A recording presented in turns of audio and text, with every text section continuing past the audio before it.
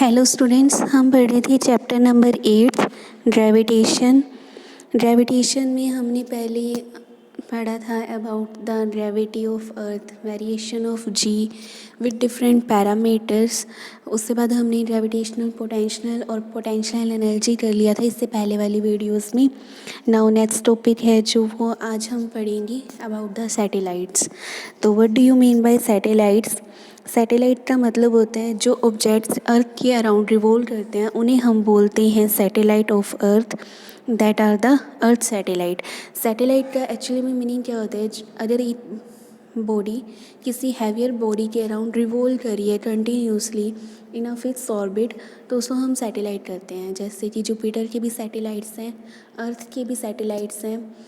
तो इस टाइप की बॉडीज़ को हम बोलते हैं सैटेलाइट। सैटेलाइट दो टाइप के होते हैं, natural as well as artificial.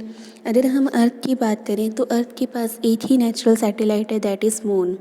Artificial satellite जो हम बनाते हैं वह हम क्यों बनाते हैं? इन्हीं for weather forecasting, GPS communications, television broadcast, military sports and scientific research के लिए हम आर्टिफिशियल सैटेलाइट्स का यूज़ करते हैं।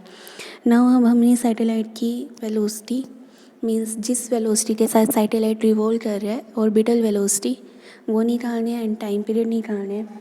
तो हमें पता है कि जो सैटेलाइट है वो इन इलिप्टिकल ऑर्बिट रिवॉल्व करता है। तो हम यहाँ पर इलिप्स को एक सर्कल मान के चलते हैं। तो जो उसकी सेंट्रीपिटल फोर्स है वो आती है ग्रेविटेशनल फोर्स की वजह से। तो यहाँ पर हम सेंट्रीपिटल फोर्स और ग्रेविटेशनल फोर्स को इक्वेट करवाएंगे। सेंट्रीपिटल फोर्स का फॉर्मूला होता है हमारे पास mv²/r। अब ये तो अर्थ की रेडियस है RE और ये जिस हाइट पर सैटेलाइट रिवॉल्वर है, सच एज जैसे ये ऑर्बिट है सैटेलाइट का, तो सैटेलाइट का जो ऑर्बिट का रेडियस आएगा वो क्या आएगा? RE+H। तो हमने और G लिखा तो G/m/में RE+H का स्क्वायर। तो हमने क्या करना है, इस FC और FG को इक्वेट करवाना है। So equating both the forces we will get mv²/RE+H is equal to G/m/में RE+H होल स्क्वायर। यहाँ से m से m कैंसिल हो जाएगा, RE+H से एक RE+H, तो v² आ जाएगा G/me/RE+H। यहाँ से v आ जाएगा √Gm/RE+H। This is the expression for the orbital velocity of the satellite. Clear? अब जो सैटेलाइट है हमने उसका टाइम पीरियड निकालना है। टाइम पीरियड कैसे निकालोगे? डिस्टेंस अपॉन स्पीड से। डिस्टेंस कितना हो जाएगा? 2πr means 2π into RE+H/v।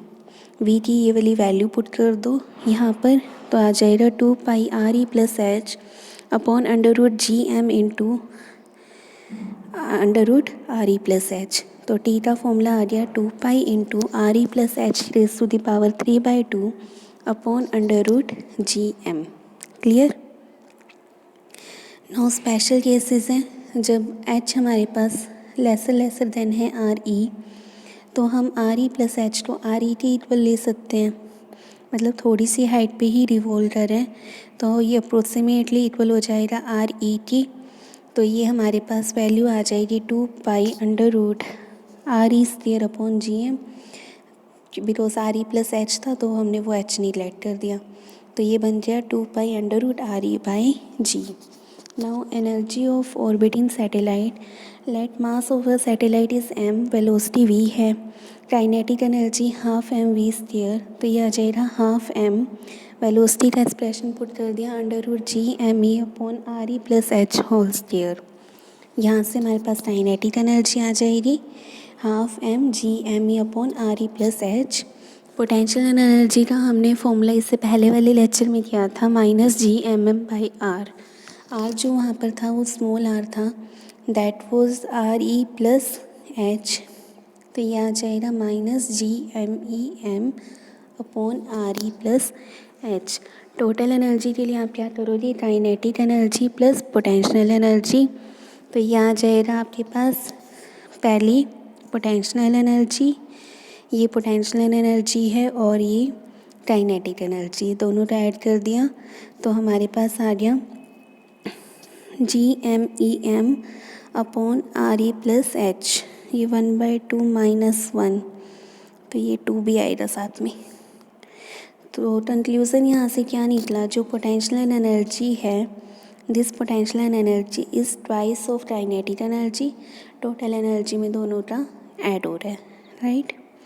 Now satellites दो टाइप के होते हैं, आर्टिफिशियल भी, जियो stationery and polar. Jio stationery को हम जियो सिंक्रोनस या पार्किंग सैटेलाइट भी बोलते हैं।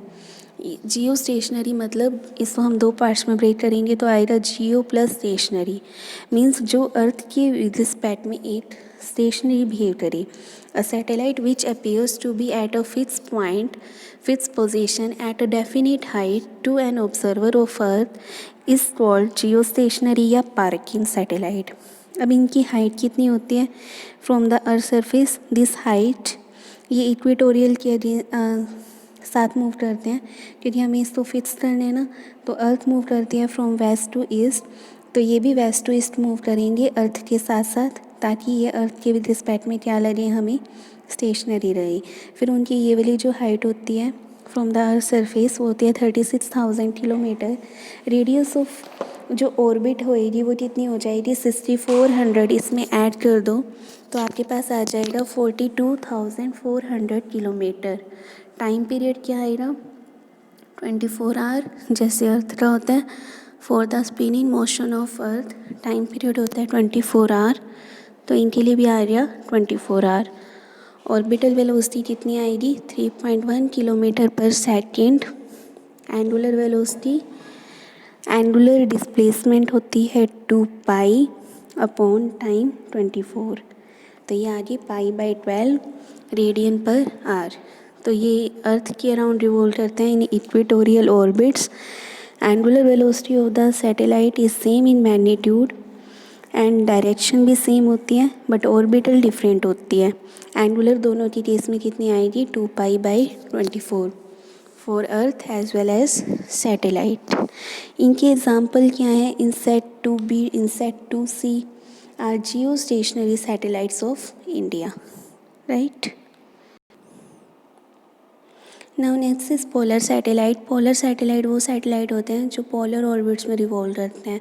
पोलर ऑर्बिट मतलब जो नॉर्थ पोल और साउथ पोल को ज्वाइन करती है। पोलर ऑर्बिट दैट ऑर्बिट होती है जिसकी angle of inclination from the equatorial plane कितना होता है 90 डिग्री।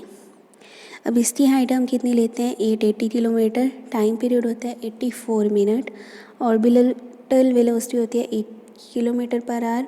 एंगुलर वेलोसिटी कितनी आ जाएगी 2 पाई, तो एंगुलर डिस्प्लेसमेंट टाइम है 84 मिनट, तो पाई अपॉन 42 रेडियन पर मिनट इनके लिए एंगुलर वेलोसिटी आ जाएगी। ये अर्थ के अराउंड रिवॉल्व करते हैं इन पोलर ऑर्बिट्स। इनको हम यूज़ करते हैं for weather forecasting, studying the upper region of atmosphere and in mapping etcetera. PSLV जो सीरीज़ है वो पोलर सैटेलाइट्स हैं इंडिया की। Now next is escape velocity या एस्केप स्पीड। वो मिनिमम स्पीड जो एक बॉडी के पास होनी चाहिए to escape the gravitational field of the earth is known as escape speed.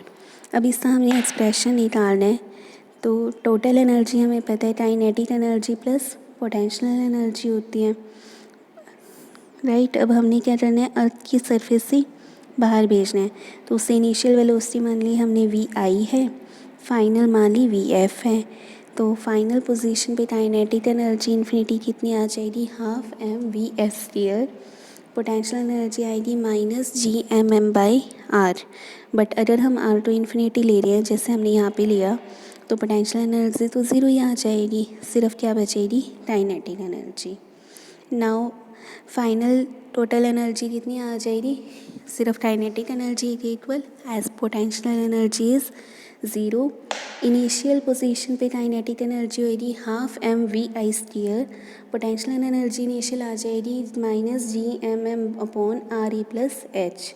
Total energy initial इन दोनों का sum according to conservation of energy क्या होएगा, हम इन दोनों को इक्वेट करवा सकते हैं. Total energy initial must be equal to total energy final.